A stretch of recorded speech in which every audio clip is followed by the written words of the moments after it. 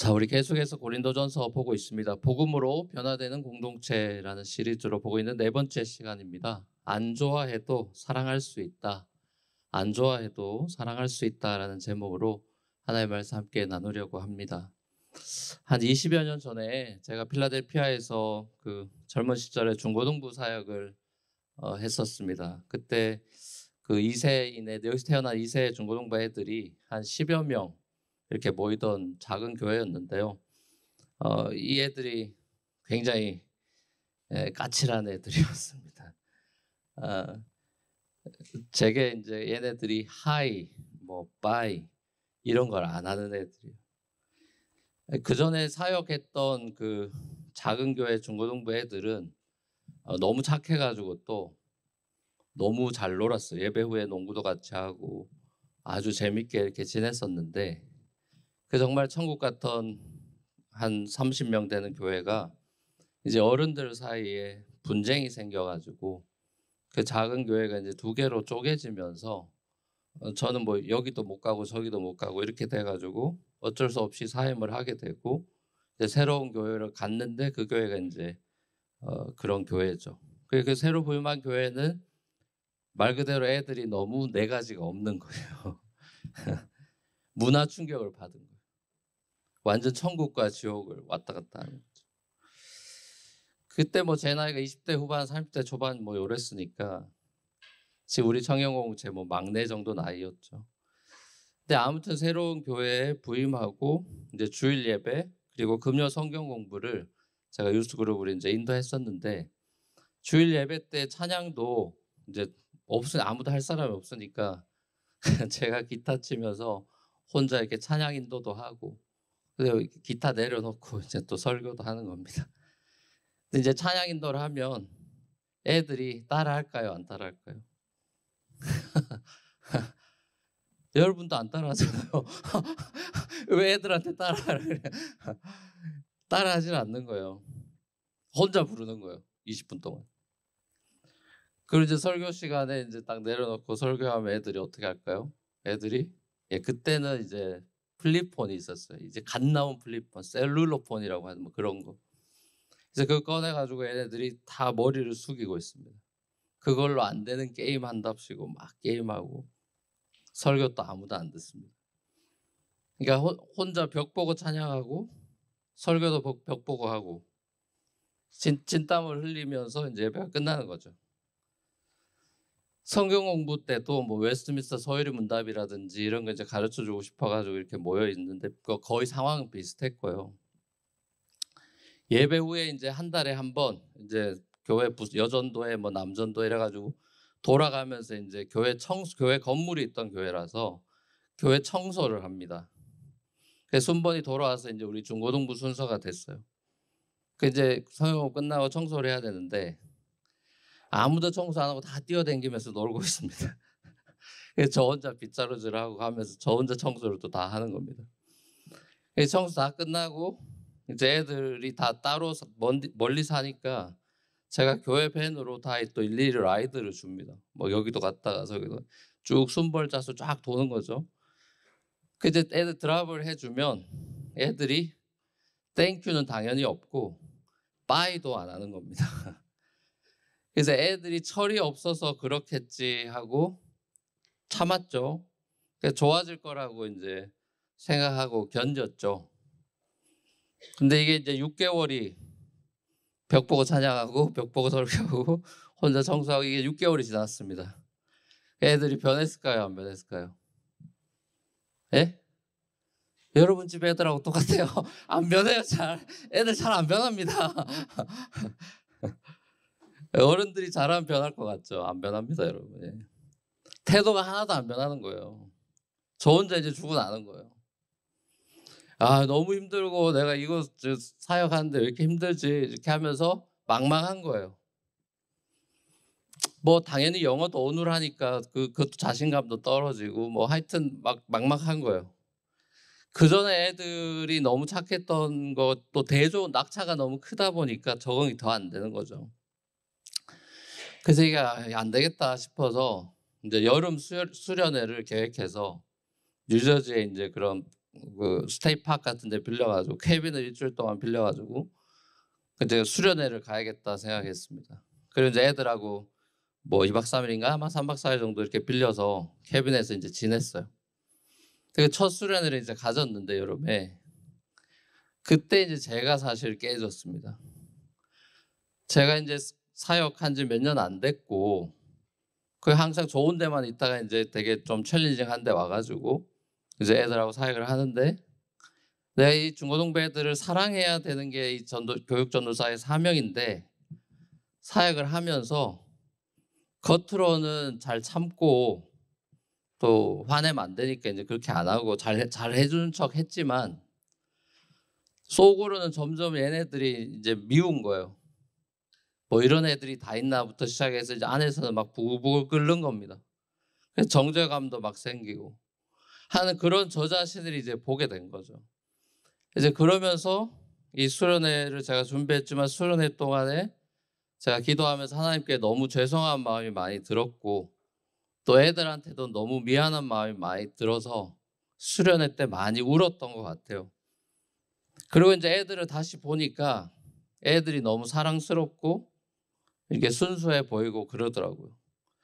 그러니까 제가 먼저 진심으로 마음으로 먼저 열고 이렇게 다가가니까 얘들도 수련회 이후에 이제 마음을 제게 많이 열어주었던 그 기억이 늘 마음에 그 같이 밤에 그 캐빈 근처를 이렇게 애들하고 같이 걸었던 그 기억이 아직도 생생합니다. 그 바람 냄새까지도 생생해요. 20몇 년이 지났는데도. 그러니까 사역이라는 것이 한 영혼을 향한 그리스도의 이 사랑이 없이는 주님 귀에 울리는 꽹과리에 불과하다. 이거를 그 제 젊은 그 교육 전도사 시절에 배웠던 그 시간이 늘 제 마음에 남아 있습니다. 걔네들이 지금 이제 다 결혼하고 뭐 많은 애들은 그 훌륭하게 잘 자라 있죠. 오늘 본문이 이 너무나 유명한 세상 사람들도 다 아는 소위 사랑장 고린도전 13장 결혼식 가면 많이 들을 수 있는 그 사랑장의 결론부를 우리가 읽었습니다. 근데 이 사랑장 13장은 이 고린도전 12장에서 14장의 그 전체 좀 더 큰 컨텍스트와 같이 봐야 됩니다. 13장만 딱 떼서 볼 게 아니라 12, 13, 14 이게 하나의 컨텍스트예요. 이 고린도 교회에 있었던 여러 가지 문제들 가운데 이 고린도전 12장에서 14장에서는 성령의 은사에 대해서 이게 많이 나오고 고린도 교회들이 성령의 은사에 대해서 잘못된 인식이 있었죠. 이제 시작된 교회니까 성령의 은사에 대해서 바른 가르침이 없잖아요. 현상만 일어날 뿐이죠. 신학이 없으니까요. 잘못된 인식들이 있었습니다. 그래서 고린도 교회는 은사가 참 많은 교회인데 쉽게 말하면 은사는 많은데 사랑이 없는 거죠. 그러니까 은사에 대한 이 사람들의 잘못된 인식으로 인해서 생겨난 분쟁이 이제 크게 보면 결국에 두 가지에서 비롯된 거죠. 하나는 영적인 우월감을 가지는 사람들이 있었고 또 하나는 영적인 열등감이 있는 겁니다. 자, 이 두 가지가 그리스도의 몸 된 교회를 온전히 세우지 못하고 교회를 병들게 하고 있었죠. 방언을 받은 사람은 마치 자기가 성령 충만한 사람이라고 의시되고 교회에서 또 목소리를 막 높입니다. 또 예언을 받은 선지자들 같은 사람들은 자신이 예언하는 게 자신의 예언이 중요하다고 또 목소리를 높이죠. 또 통역의 은사를 받은 사람들은 방언의 은사를 받은 사람들에게 말합니다. 당신이 아무리 방언으로 말해도 내가 통역 안 하면 아무 소용없는 거 아니냐. 신유의 은사를 받은 사람들은 병을 고치는 거야말로 예수님도 하신 거고 성령의 큰 능력이다. 그러니까 이게 굉장히 중요한 사역이다. 이렇게 이제 서로 막 목소리를 높이죠. 영적인 우월감이 생기는 겁니다. 반면에 어떤 사람은 또 이런 주장을 합니다. 나는 왜 방언의 은사가 없지? 나는 왜 방언을 못하지? 나는 왜 신유의 은사가 없지? 하나님 왜 나한테 이런 거 안 주지? 하나님이 나보다 저 형제 자매를 더 사랑하시나? 난 왜 아무런 은사가 없는 거야? 스스로 또 열등감에 빠집니다. 이와 같은 영적인 우월감 그리고 영적인 열등감이 이 주님의 아름다운 몸된 교회인 고린도 교회를 병들게 하고 있었던 거죠. 성령 안에서 하나된 교회를 분열시키고 시끄러운 교회가 되게 하고 있었습니다. 고린도 교회 성도들이 큰 오해를 하고 있었던 거죠. 하나님께서 성도들에게 한 사람 한 사람에게 성령의 은사를 부어주신 이유를 이 사람들이 잘 몰랐던 거예요. 하나님께서 성도들에게 성령의 은사를 주시는 목적은 그 은사를 통해 가지고 자기가 어떤 유익을 누리고 또 아니면 교회 안에서 목소리가 낼 수 있는 사람이 되고 뭐 권위가 생기고 이제 그런 게 아니라 14장 12절 말씀과 같이 철저하게 교회에 덕을 세우고 공동체를 세우기 위해서 섬기기 위해서 주신 게 은사다. 이게 바울이 이제 가르쳐 주는데 이걸 몰랐던 거죠. 그래서 바울이 12장에서 보면 몸과 지체 비유를 통해서 온 몸이 눈이면 네가 어떻게 들을 거냐? 듣는 곳은 어디고? 온 몸이 다 듣는 곳이면 냄새 맡는 곳은 어디냐? 또 눈이 손더러 머리가 발더러 너는 쓸데없다 할 수 있느냐? 이렇게 이제 질문을 하는 거죠. 성령의 역사가 언제나 공동체성을 띠고 일어난다는 것을 바울이 강조하는 겁니다. 자, 이게 바로 우리가 사도신경에서도 신앙의 그 선배들이 고백을 할 때 성령을 믿사오며 다음에 뭐가 나와요? 성령을 믿사오며 거룩한 공예와 성도가 서로 교통하는 것과 그걸 믿는다고 우리가 고백하는 거예요. 그러니까 성령의 역사는 성도가 서로 교통하는 것을 염두에 두고 있는 것입니다.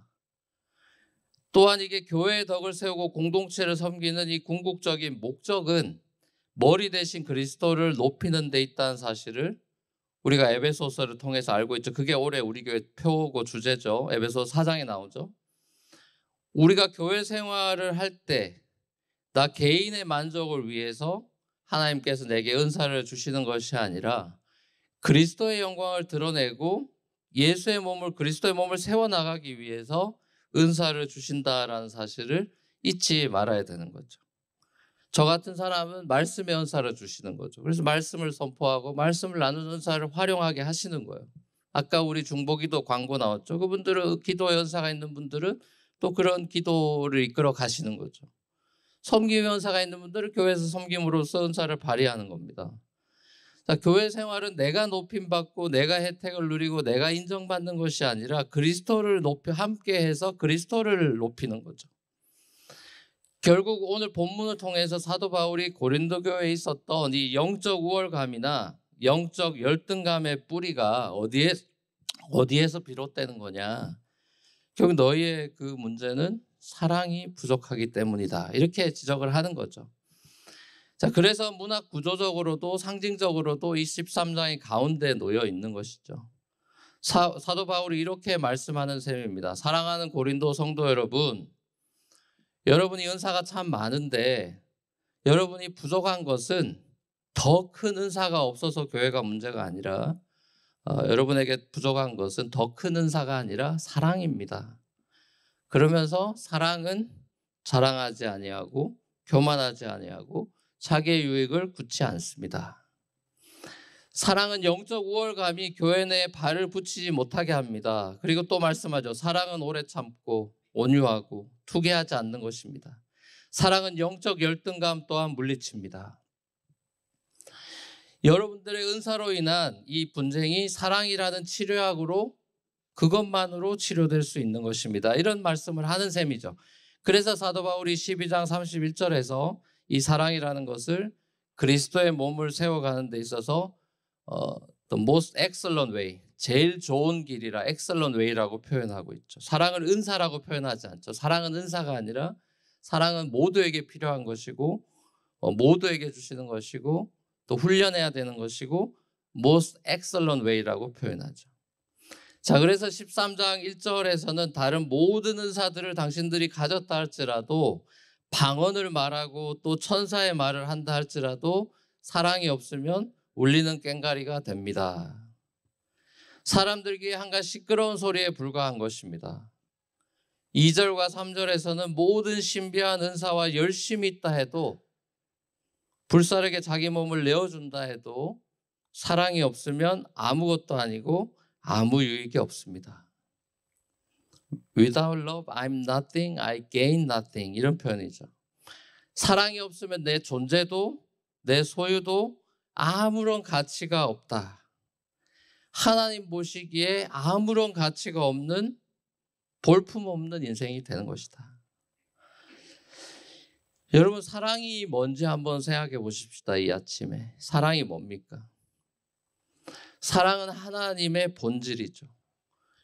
요한일서 4장 8절에서 하나님은 사랑이시다. 사도 요한이 그렇게 고백하죠. 사랑은 하나님의 마음이고 또 성품입니다. 내게 사랑이 없다라는 것은 내가 하나님을 제대로 알지 못한다. 내게 하나님이 없다. 내 안에 하나님이 없다. 이런 소리나 사실은 마찬가지예요. 그것은 내게 믿음이 없다라는 말이고 내게 소망이 없다라는 말이기도 한 것입니다. 사랑이 없는 믿음은 어떻게 되겠어요? 사랑이 없는 믿음. 가짜겠죠. 이런 믿음이 바리새인들의 믿음이죠. 사랑이 없는 소망? 이게 뭐겠습니까? 사랑 없는 소망. 헛된 꿈이에요. 자기 자신을 위한 욕망에 지나지 않습니다. 자, 그러니까 우리가 먼저 사모해야 될 것은 어떤 남들보다 더 위대한 큰 은사, great gift가 필요한 것이 아니라 the most excellent way, 그 길을 따라가는 사랑이 필요한 것이죠. 하나님의 온전한 그 아가페의 사랑이 내 마음속에 채워지기만 하면 이 영적 우월감이나 영적 열등감으로부터 우리를 자유롭게 해줄 수 있는 거죠. 그 사랑으로 날마다 채워지기를 우리가 눈을 뜨고 하루를 시작할 때 기도해야 되는 것이죠. 8절 이하의 말씀에서도 방언도 그치고 지식도 패하고 예언도 부분적인 것밖에 안 되는 거다. 근데 사랑은 없어지지 않는다. 개역개정 옛날 번역으로는 언제까지든지 사랑은 언제까지든지 떨어지지 않는다. 영어 표현으로는 love never fails 이렇게 돼 있죠. 사랑은 실패하지 않는다. 사도 바울의 종말론적인 고백이 담긴 표현입니다. 이 세상 나라의 그 사랑의 불완전성 그리고 부분성을 넘어서 영원히 살게 될 하나님 나라에서 우리가 누리게 될 그 사랑의 그 온전성과 영원성을 이야기하죠. 완성된 하나님 나라에 우리가 들어가면 이제 방언이 필요 없죠. 예언할 이유도 없죠. 근데 사랑은 영원하다 이거예요. 11절에서 어린아이를 버리고 어른이 된다. 사도 바울이 에베소서 4장 15절 말씀대로 오직 사랑 안에서 참된 것을 하여 범사에 그에게까지 자라가라, 그런 의미일 텐데 한마디로 말하면 그리스도를 닮아가는 것이죠. 그리스도의 사랑을 닮아가는 것이죠. 그러니까 오늘 고린도전 13장 사랑장은 사실 예수 그리스도의 사랑을 보여주고 있는 것이죠. 그래서 많은 사람들이 이 고린도전 13장 사랑장에서 사랑이라는 단어를 내리고 그 자리에 예수를 집어넣는 거죠. 그래도 make sense, 전혀 어색하지 않게 되는 거죠. 예수는 오래 참고 예수는 온유하며 이렇게 되는 것이죠. 예수님이 저와 여러분들을 사랑하셔서 죄인들의 조롱과 핍박을 오래 참으셨습니다. 죄인들에 대해서 온유하셨습니다. 자기를 사랑하지 않으셨고요. 교만하지 않으셨고 무례하게 행하지 않으셨고 자기의 유익이 아닌 다른 사람의 유익을 위해서 구원을 위해 사셨고 성내지 않으셨고 악한 생각이 없으셨고 불의를 기뻐하지 않으셨고 오로지 진리를 기뻐하셨죠. 그리고 모든 것을 참으셨고 저와 여러분들을 위해 십자가에 죽으시기까지 참으셨습니다. 그리고 하나님께서 다 이루실 것이라고 모든 것을 믿으셨고 모든 것을 바라셨고 정말 모든 것을 견뎌내셨어요. 자, 그렇다면 저는 오늘 여러분들에게도 질문하고 싶습니다. 여러분들은 예수 그리스도를 주로 시인하고 영접하는 이 영원한 믿음을 소유하고 계십니까? 하나님 나라에 대한 그 소망을 진짜 품고 있습니까? 자, 그렇다면 하나님을 영원토록 사랑하고 내 이웃을 내 몸과 같이 사랑하라는 그 주님의 마지막 계명을 기억하며 살고 계십니까? 믿음, 소망, 사랑. 자, 이게 항상 같이 있을 거다. 자, 근데 그 중에 제일이 사랑이다라고, 으뜸이다라고 13절이 이야기합니다. 왜 믿음과 소망이 사랑보다는 한 수 아래일까요? 믿음과 소망은 사랑이라고 하는 이 최고의 most excellent way에 이르는 means예요. 수단이에요. 믿음과 소망은 사랑이라고 하는 그 ultimate goal에 이르는 과정이요 수단인 것입니다. 우리가 주님에 대한 믿음과 소망을 가지는 것은 결국 주님을 영원토록 사랑하기 위해서인 것이죠. 그래서 미국 찬송가 가사에는 이런 가사가 있는 겁니다. 믿음은 실체가 되어서 사라지게 되고, 소망은 기쁨이 되어서 비워지게 되고, 사랑은 하늘에서 더 밝게 빛나게 된다. 그러니까 사랑의 영원성을 노래한 거예요. 믿음은 우리가 주님을 보면 이제 믿어졌잖아요. 이제 지가 안 보이니까 막 헷갈리고 이러는 거잖아요. 근데 믿음은 실체가 돼서 이제 사라질 겁니다. 소망은 이제 우리가 바라고 막 기대했는데 그 소망도 이루어졌으니 기쁨이 되어서 춤추니까 그 소망은 이제 비워지죠. 사랑은 하늘에서 우리가 여기서 사랑하며 살았던 것이 하늘에서는 더 밝게 더 업그레이드 돼서 사랑은 진행이 되겠죠. 그리고 저는 왜 사랑이 믿음과 소망보다 으뜸일까? 또 묵상하는 가운데 이런 깨달음이 있었습니다. 가만히 보니까 믿음과 소망은 나를 위한 거예요. 믿음과 소망은 나를 위한 건데 사랑은 남을 위한 겁니다.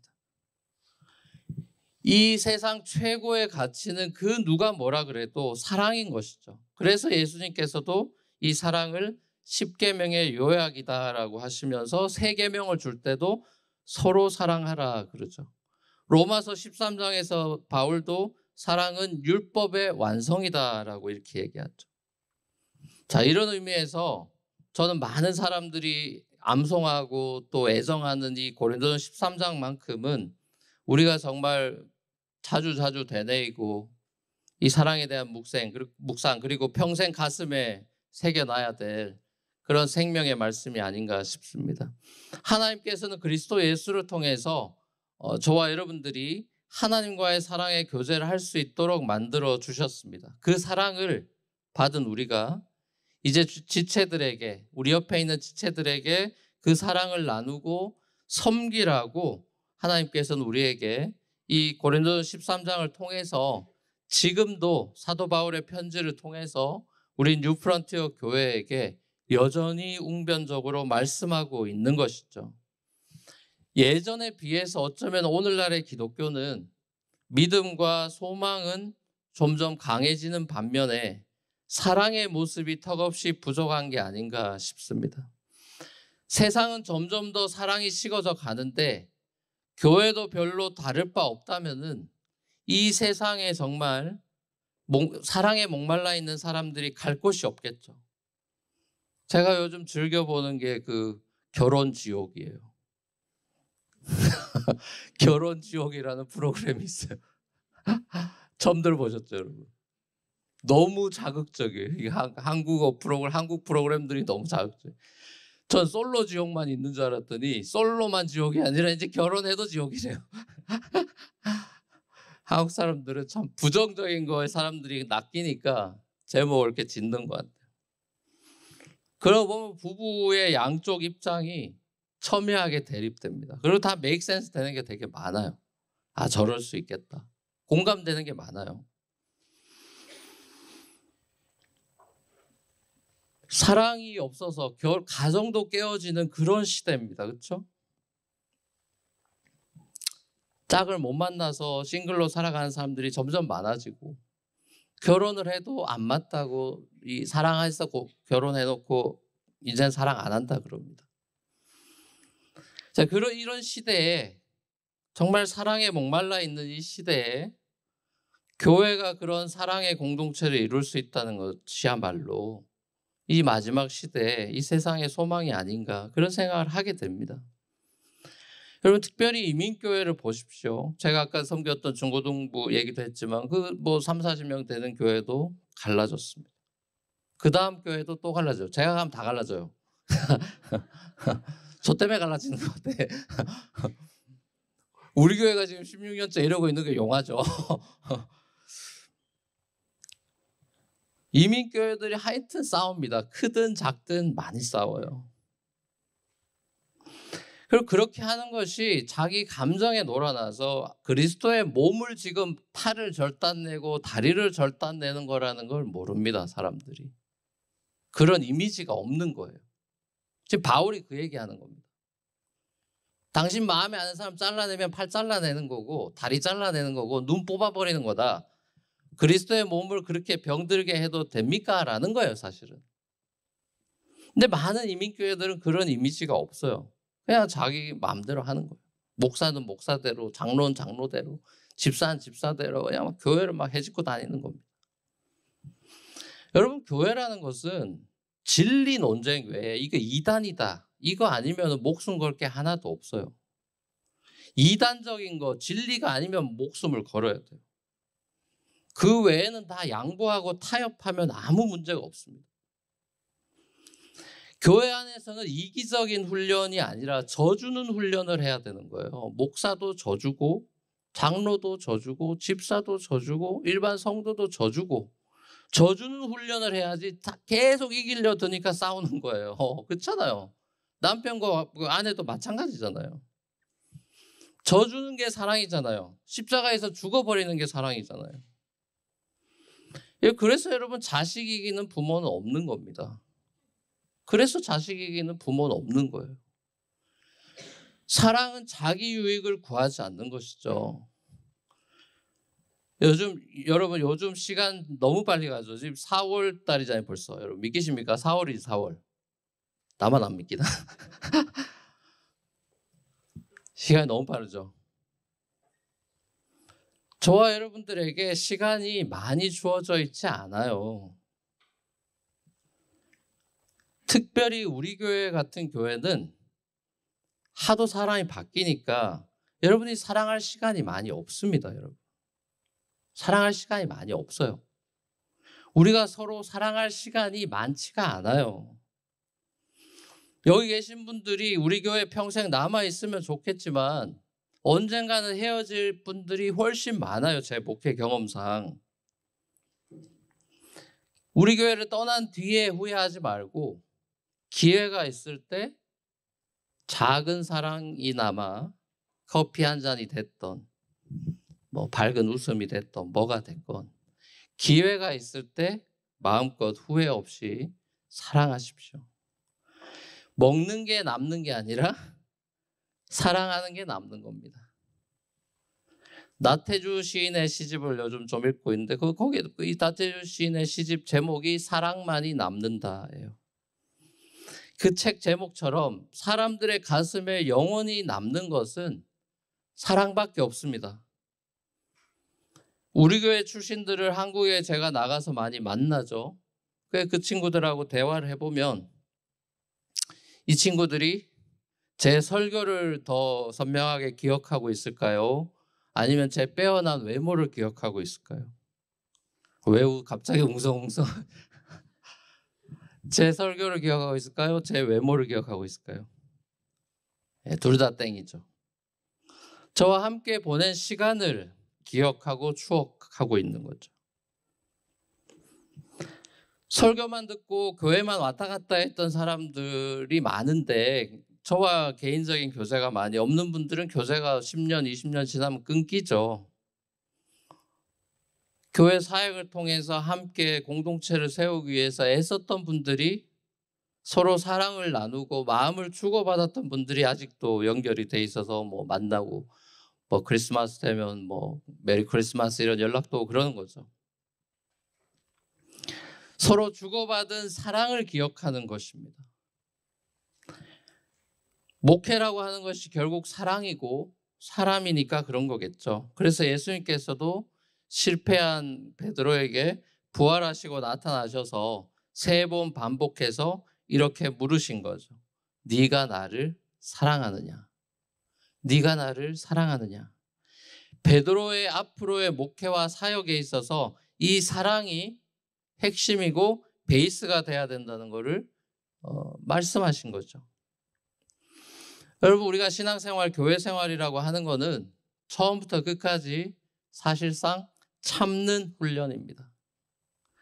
그래서 사랑은 오래 참고 이렇게 나오는 거예요. 이제 오래 참고 이렇게 읽으면 안 돼요, 사실. 사랑은 어떻게 해야 돼요? 오래 참고 이렇게 되는. 사랑은 오래 참고요. 십자가까지 참으신 예수님을 닮아가는 과정인 것입니다. 화딱지가 나고 쏘아붙이고 싶고 나한테 왜 그러냐고 따지고 싶어도 꾹 참고 기다려주는 것을 교회 안에서 배우는 거예요.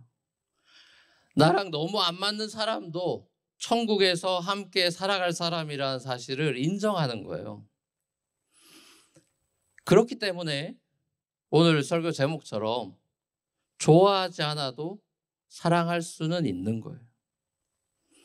감정적으로 좋아하는 것과 사랑하는 것은 다릅니다. 우리가 지상에서 하는 사랑은 천국에서의 우리의 영원한 삶에 대한 리허설입니다. 우리가 지금 아는 것은 극히 제한적이고 일부분에 지나지 않죠. 주님을 아는 지식도, 성경 지식도, 사랑도. 바울이 뭐라 그럽니까? 청동 거울, 그 당시 거울, 청동 거울, 희미한 거울이죠. 제대로 안 보이는 거죠. 그 청동 거울에 거울로 보는 것도 바로 보이는 게 아니라 리플렉션으로 뒤집어져 보이죠. 그러니까 완전히 보이는 게 아니에요. 하나도 흐리죠. 뒤집어져 보이죠. 우리가 지금 아는 것이 청동 거울로 보는 희미한 수준입니다. 자, 근데 다시 주님이 오시는 날, 우리가 주님 품에 안기게 되는 날에는 우리가 페이스 투 페이스, 리플렉션이라 실제로 주님을 보게 될 것이고 우리도 주님을 온전히 알게 될 것입니다. 저와 여러분들이 신앙생활을 하면서 제일 기다리고 소망하는 날이 바로 이 날 아닌가요? 여러분, 예수 믿으면서 가장 큰 소망이 예수님을 페이스 투 페이스 보는 거 아닙니까? 사랑하는 우리 뉴프런트 교회 성도 여러분, 대부분의 교회들에서 가장 많이 듣는 불평은 제가 집회 다녀보고 만나는 목사들 모두가 제일 많이 듣는 불평이 뭐냐? 이 교회는 사랑이 없다예요. 이 교회는 사랑이 없다. 자, 그 이유가 뭐겠습니까? 교회가 이렇게 많은데 우리 사랑으로 넘쳐나는 교회라는 교회 여러분 몇 들어본 기억이 있습니까? 전부 다 이 교회는 사랑이 없대요. 그 이유가 뭐겠습니까? 사랑이 없다고 불평하는 바로 그 사람 안에 사랑이 없기 때문이에요. 이 교회는 사랑이 없어라고 하는 그 사람 안에 사랑이 없어서 그런 거예요. 제 경험처럼 그 중고등부 아이들이 문제가 아니라 사랑이 없는 제가 문제였던 거예요. 점점 사랑이 식어져가는 이 마지막 시대에 저와 여러분이 후회 없이 사랑하십시다. 우리의 은사, 믿음, 열심, 한국 사람들이 이거 다 웬만하면 있죠. 근데 이것들이 다 사랑이 없으면 아무것도 아니래요. 마치 종이 위에 0이라는 사역을 막 계속 적으면 사역이 이렇게 리스트가 있으면 그게 다 0이라고 보면 앞에 1이 없으면은 이게 다 0이에요. 더하면 1이나 2나 3이나 큰 숫자가 나와야 이게 큰 숫자가 되듯이 그 숫자 앞에 큰 게 바로 사랑이에요. 사랑. 우리가 하는 모든 것에 사랑을 앞에 두면 그게 큰 숫자가 됩니다. 가정에서도 직장에서도 교회에서도 우리 주님이 몸소 보여주신 그 끝까지 사랑하는 사랑을 우리가 연습하고 훈련하다가 주님을 페이스 투 페이스, 얼굴과 얼굴로 마주하게 되는 그 감격을 누리게 되는 저와 여러분이 되시기를 우리 주님의 이름으로 간절히 축원합니다. 아멘.